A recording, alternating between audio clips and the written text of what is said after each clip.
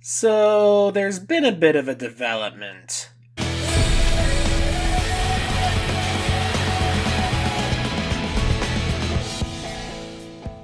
Just a couple days ago, Square Enix announced the next expansion to Final Fantasy XIV, Endwalker, and it looks great. I don't think I've had the chance to properly gush about how much I love Final Fantasy XIV on this channel, but let me just say it here. I love Final Fantasy XIV.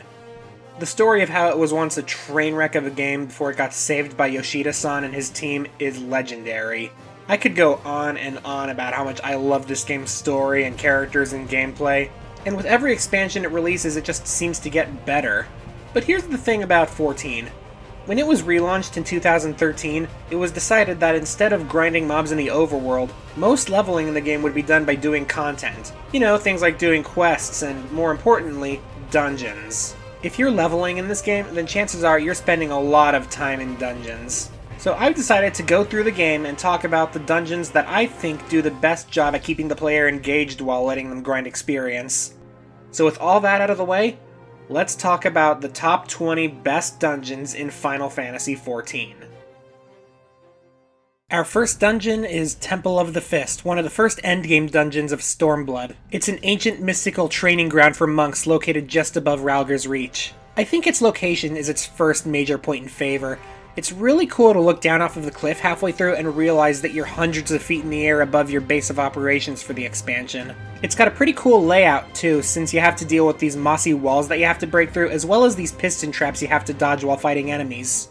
The music, while not terribly memorable, still sets the tone perfectly. And the place has some great visuals too, from the high cliffs of the midsection to the hazy darkness of the last stretch. The enemies are nothing to sneeze at either, and they're pretty varied, from living statues to feral cats to balls of moss. Okay. And they come after you with the deadliest attack known to man. Mexican appetizers! But the icing on the cake for this dungeon is Marjorie. Marjorie's an archaeologist who wants to study these ruins, but she needs an armed escort to get through all of its dangers. Lara Croft she ain't. And at times she'll chime in with some interesting lore about the place and its former inhabitants, which is cool, but usually comes at a pretty lousy time. Did you know that Ivan Curlfist used a pair of sapphire crafted fists shaped like curls? Yep, that's really nice. Thanks for your input. And to cap it all off, the bosses are really interesting too. From this living statue that the monks used to train with, to the ghost of a feared martial artist himself, these are mechanically interesting and really memorable. The statue is my favorite because Marjorie will actually time you and compare your results to the times that the ancient monks used to get against it, and if you take a long time to beat it, she just insults you. The records suggest you would have made a poor monk. I know. That's why I'm a paladin. Yeah, I know the Praetorium doesn't exactly have the best reputation among 14 players, but hear me out.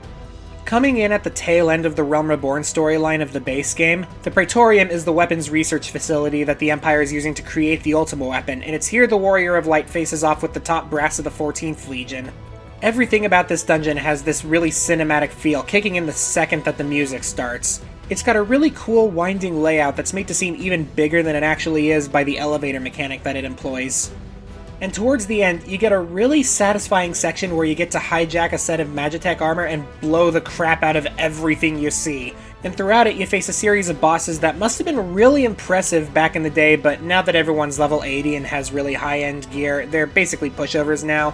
So I guess that is a point against it, but that doesn't change the fact that these bosses are really cool still. In spite of all of those points in its favor, it's got a crippling design flaw. There are cutscenes littered throughout it, which unfortunately meant that new players who want to experience the story will sit and watch them, while the experienced players who are just here for the experience points will skip ahead and leave them in the dust. As a result, Square Enix tried to fix this by making it so you can't skip the cutscenes at all, which basically means that of the 1 hour it takes to run this place, about 45 minutes of that is spent listening to Gaius's rambling monologue about Eorzea and the meaning of strength and yada yada yada.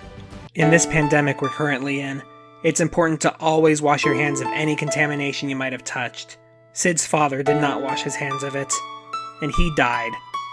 Don't be like Cid's father. It doesn't exactly help that the actual final boss of the dungeon, La Habrea, is not only one of the lamest villains in series history, but also one of its most forgettable bosses. Still, in spite of those complaints, I still have a soft spot for the Praetorium, and I think we tend to treat it a little too harshly. Its sister dungeon, Castrum Meridianum, on the other hand, can go straight to hell. And for our first Shadowbringers dungeon, we have Don Meg. This place is the domain of the Fuoth, a water-bound group of Fae who, in typical Fae fashion, want you to provide them some entertainment before they hand over the plot-critical MacGuffin that you're trying to get from them. This place is incredibly pretty and atmospheric, with the first section basically being a hedge maze where you have to wind out from the center and find your way out. The dungeon gets less and less creative looking as it goes on, but this opening bit leaves a really good first impression. Compared to some of the other dungeons in Shadowbringers, this place actually has a really interesting leg up when it comes to its enemy design. You see, in other dungeons in Shadowbringers, you're hunting the Light Wardens, and as a result, the enemies you encounter along the way are Sin Eaters, which basically translates to enemy models from elsewhere in the game, drained of all their color. But the Fae-themed Don Meg gets to be more creative with its enemies, ranging from giant frogs to living trees to... Oh, no, not the beast!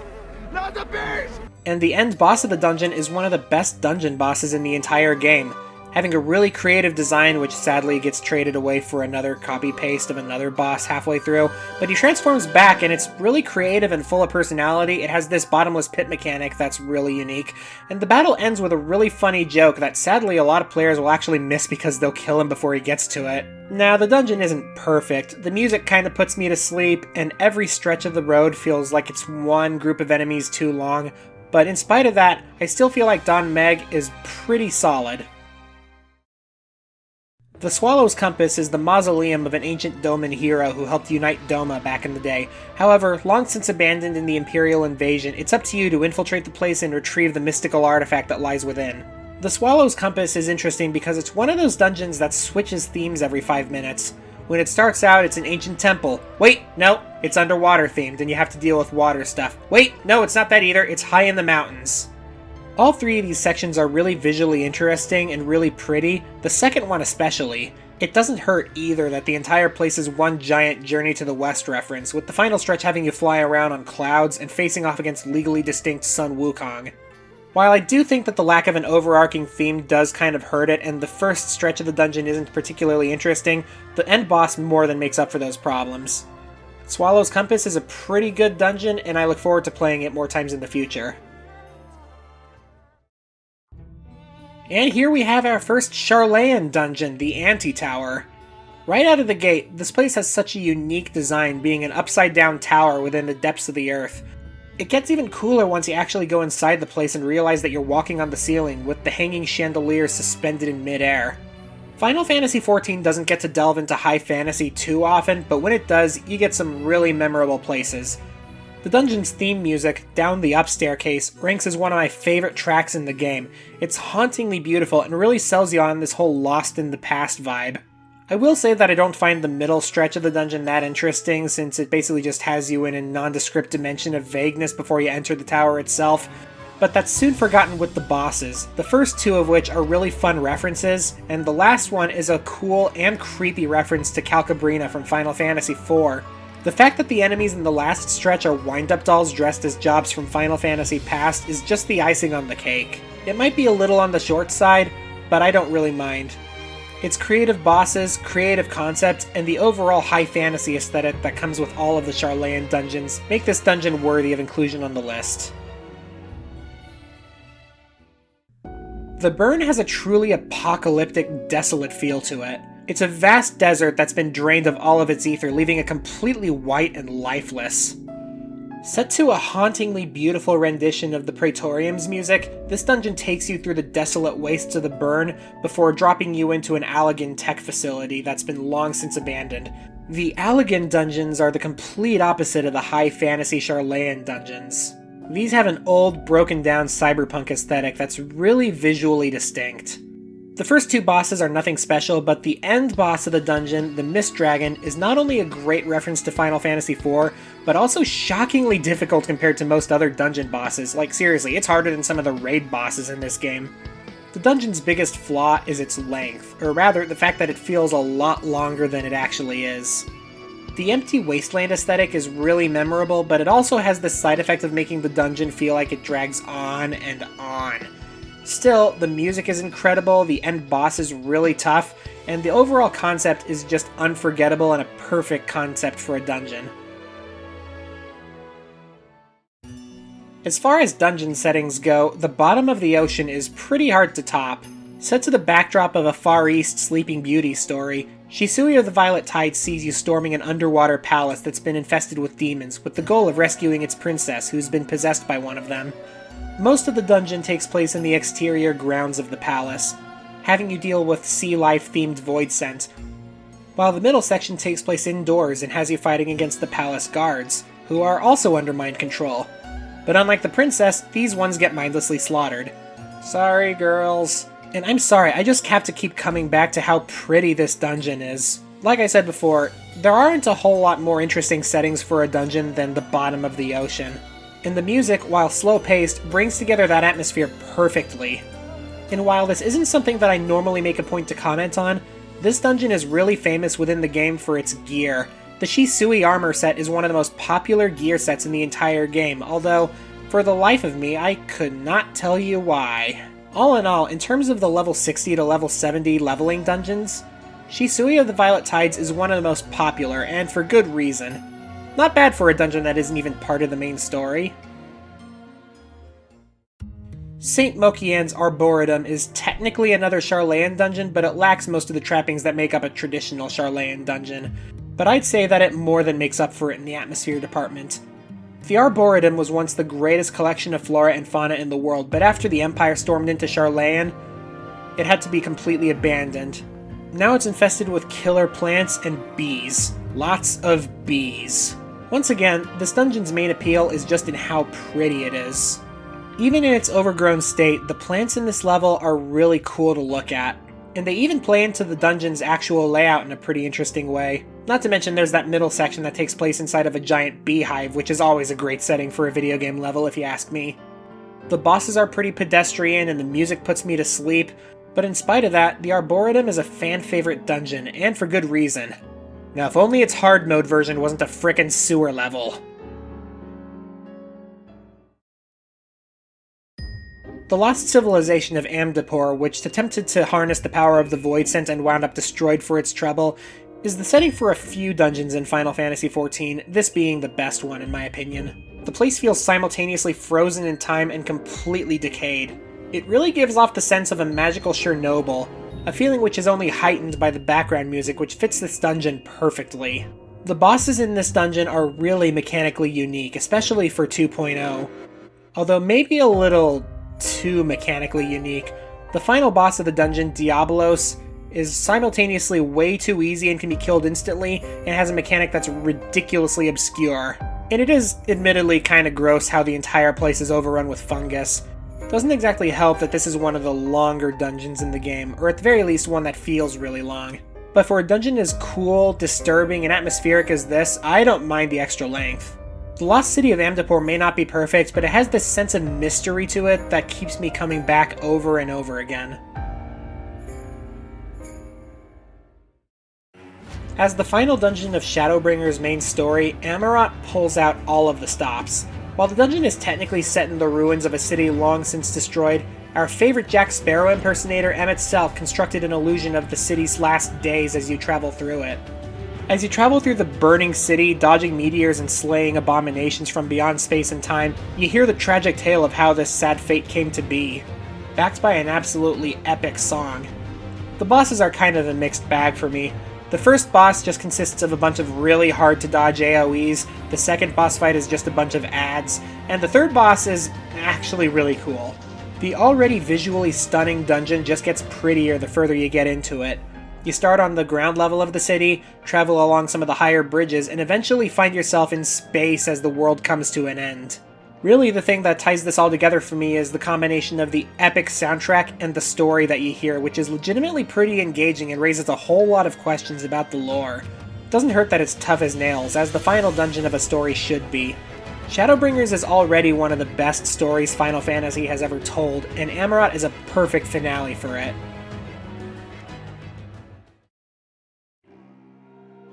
Now, a good dungeon can exist without lore, but good lore doesn't necessarily make a good dungeon.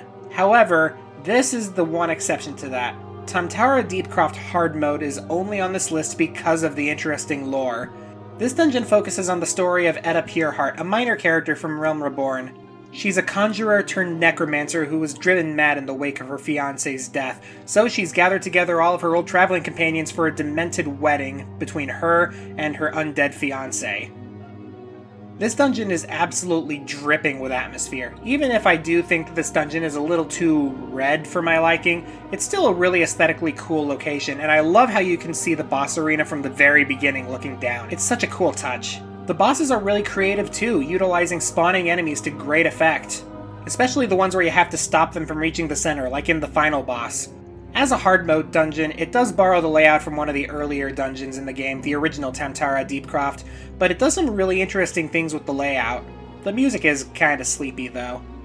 But like I said before, the lore and the backstory is what makes this dungeon. Without Edda, this dungeon would not even be a runner-up for the list. Heck, Edda is such a great character that I almost feel bad for not including her on my list of the best Final Fantasy villains.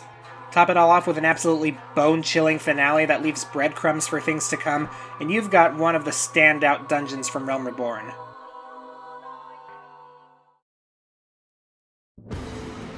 Now, for the most part, mountain dungeons in Final Fantasy XIV all fall into the same trap of consisting of a bunch of boring brown caves, or BBCs as I like to call them. But Xelphatol manages to avoid this trap with gusto. The mountainous domain of the Ixal Beast tribe, you're forced to come through here in order to stop a summoning of Garuda. This quest takes you up the mountain, through the Ixal's underground village, which looks an awful lot like the Goblin Village from The Hobbit, and into the skies. The setting is epic, even if we have done a bunch of mountains before this point. The music is memorable, epic, and just everything that you want out of a dungeon theme.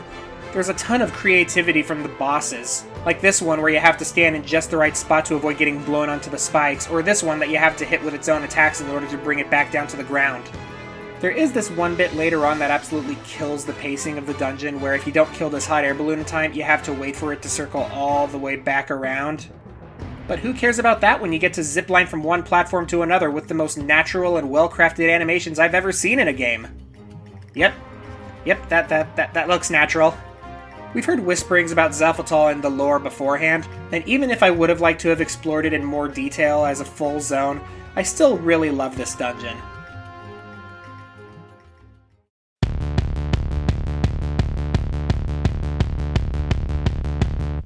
Real talk, this dungeon would have made it into the top 10 no matter how bad it was, just by virtue of how awesome the music is. It's sort of a hybrid between the Crystal Tower theme music and Omega's battle theme from Stormblood. And on top of that, the boss music is a remix of the battle theme from the Alexander raids, and there's a very good reason for this continuity cavalcade of music. This dungeon is set in the Crystal Tower of the alternate future where the world was decimated by the Black Rose. Which means that not only do you get a bunch of pieces of lore drip fed to you throughout the dungeon, but it also means that it's another Allegan dungeon, which means the aesthetics are absolutely on point.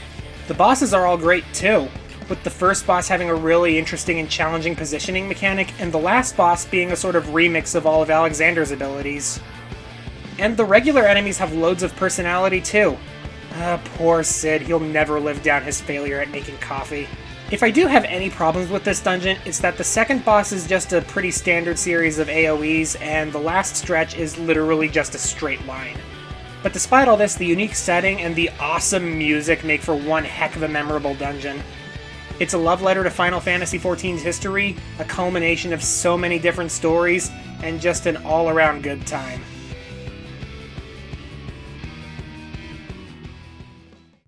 Actually, while we're on the topics of dungeons known for their awesome music, fun fact about Pharos Sirius. In the early days of Final Fantasy XIV, the dungeons didn't really have set themes through the entire thing. Instead, it would just have an opening theme that would play for the first minute or so, and then you'd be left to either complete silence or the regular battle theme.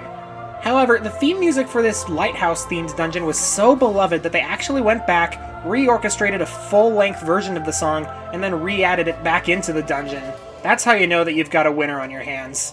And the musical connection is pretty significant to this dungeon's lore. The end boss is a siren who's been taking control of sailors and using this lighthouse which is full of corrupted crystals as her nest. I'm already a sucker for vertical dungeons, But this place is also full of surprises on top of that, from the clouds of poisonous gas to the corrupted crystals falling from the ceiling to all the disused machinery, to the fact that this is one of the few dungeons in Final Fantasy XIV to have 4 bosses instead of 3. And all of these bosses are still really, really challenging, even by the standards of today. It's one of the only times where you can go back to a level 50 dungeon and actually have a few party wipes. What else can I say? The music is great, the dungeon is great, what's not to like? I think I mentioned before that a lot of 14's dungeons are set in boring brown caves and they all kind of blend into one another, so I absolutely relish it when a dungeon has a unique theme. And the setting for this place is brilliant. Okay, so you're on a college campus and all of the monsters that they were studying for their biology class broke loose, so now you gotta go fix the place. It's absolutely genius. And that's not even getting into the fact that this also takes place in that illusionary version of Amarot that I mentioned before. It's got a jazzy, up-tempo song that feels really out of place compared to other tracks in this game, but feels right at home in the city of Amarot. We're graced with some pretty unique bosses, as well as the return of Quetzalcoatl from Final Fantasy VIII. And we actually do get some interesting bits of lore about Amarot and the Ascians, like the fact that this place was run by La Habrea. I've always considered La Habrea to be one of the weakest villains in the Final Fantasy franchise, but this place does a good deal to give him some depth at least. However, because the people of Amarot are really huge compared to regular humans, you do run into the issue that the entire place feels really oversized and drawn out, but that's a small price to pay for the awesome concept, awesome music, and just overall great atmosphere that this place has to offer.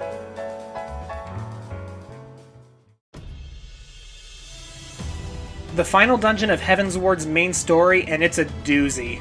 Smack dab in the middle of the lost Allagan floating continent of Az's Law is the Aetherochemical Research Facility. Not only is this place chock full of dormant bioweapons ready to be let loose on you, but it's also the site of your final confrontation with La Habrea.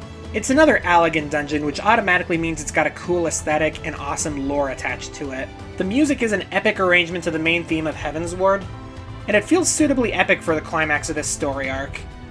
Plus, I adore the bosses in this place. The first one is against Regula, one of the more interesting and sympathetic Garlean antagonists to the game. The second is against a shape-shifting Allagan bioweapon experiment that's always a ton of fun. And last, we have the final battle with La Habrea. Now, I've made it no secret how unimpressed I am with this guy overall, but when he fuses together with this other Ascian whose name I can't be bothered to remember and becomes Ascian Prime, he more than makes up for his lackluster showing in the Praetorium. Ascian Prime might actually be my favorite dungeon boss in the entire game, no joke. Set to the awesome song The Maker's Ruin and featuring some really hardcore mechanics, this fight is really memorable and leaves a lasting impression. The dungeon definitely is a bit stop and go towards the end, and I think that the weird growths around the boss arena look really disgusting, but aside from that, I love this place and I love playing through it.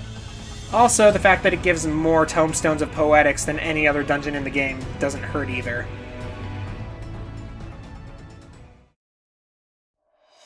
As of this recording, Matoya's Relict is the most recent dungeon to be added. It's yet another Charlayan dungeon, which means that it has a lot of high fantasy elements to it, but it has some interesting twists to it. Your goal in this place is to create a familiar out of clay, and it's honestly really fun to go through the different processes of getting the water, getting the clay, and heating it up in the lava chamber beneath the place, before finally having to tame the familiar once it's created. It's all great. One of my favorite parts of this dungeon is the music. It's an up-tempo remix of Matoya's theme that has some theremin to make it sound really cool and alien, but the main part of the song sounds an awful lot like that one song from Disney's Sword in the Stone. I mean, just listen.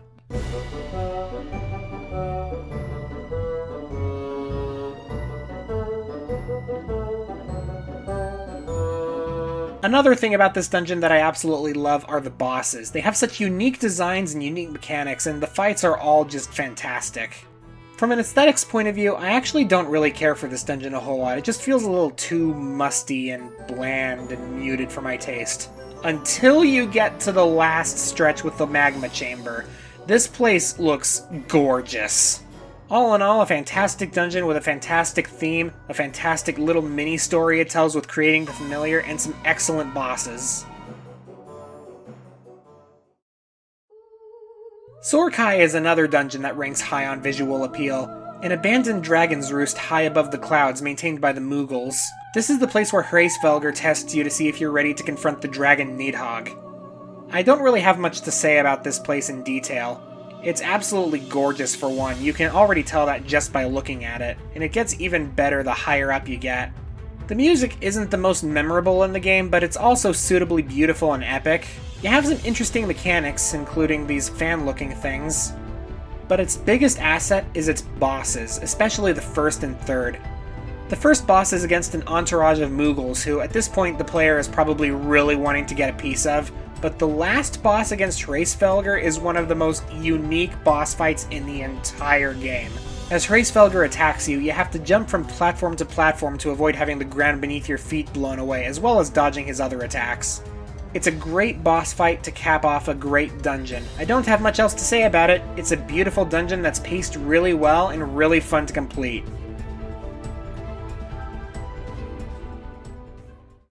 The Grand Cosmos isn't a Charlayan dungeon, but it might as well be. It has that same high fantasy energy to it, and it's just really memorable and really endearing. The place was once a grandiose elven mansion before it fell victim to the Flood of Light, remaining empty until a mage called the Seeker of Solitude took it as her own. Weirdly enough, one of the things I like most about this dungeon are the regular enemies. Throughout the dungeon, you're hounded by living weapons that come off of the wall, clay familiars sent after you by the Seeker of Solitude, giant dragon statues that come to life, and my personal favorite, an entourage of knights in paintings that all pop out and come after you. There isn't a dull encounter in this place, and the paintings in particular give this place a sense of history. The bosses are great too, with the last boss in particular having this hilarious mechanic where it sets you on fire and you have to get rid of the fire by passing it onto the furniture. It's absolutely hilarious. The background music is great too, being this marchy, waltzy arrangement of the Lakeland music. And I love the last part before the final boss with this ballroom full of dancing ghosts. It gives me a really Disney Haunted Mansion vibe. I absolutely adore this dungeon, but there is one other place in the game that I think wins out over it. Well, I should say two, because the number one spot on this list is a tie between one dungeon and its hard mode.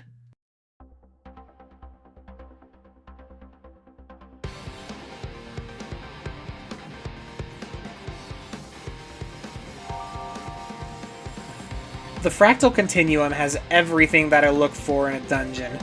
It's got a really creative setting. It's a museum that the Allegan Empire built in honor of its own greatness, to honor their own technological advances because they knew future generations would want to know all about them, but all the bioweapons in the basement got loose so you had to clean it out.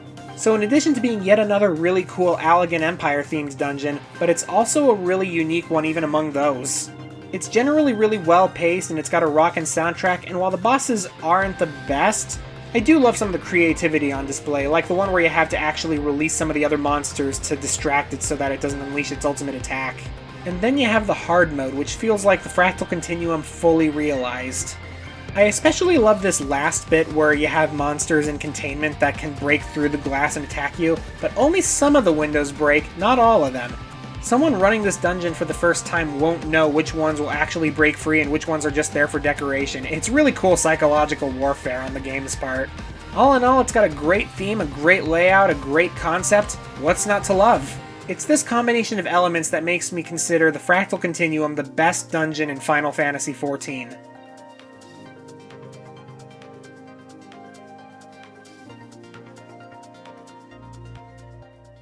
So what did you guys think? Were there any dungeons that you think I should have mentioned that didn't make it onto the list? If you want to hear more Final Fantasy XIV content from me, make sure to leave a like, comment, and subscribe, and I'll see you next time.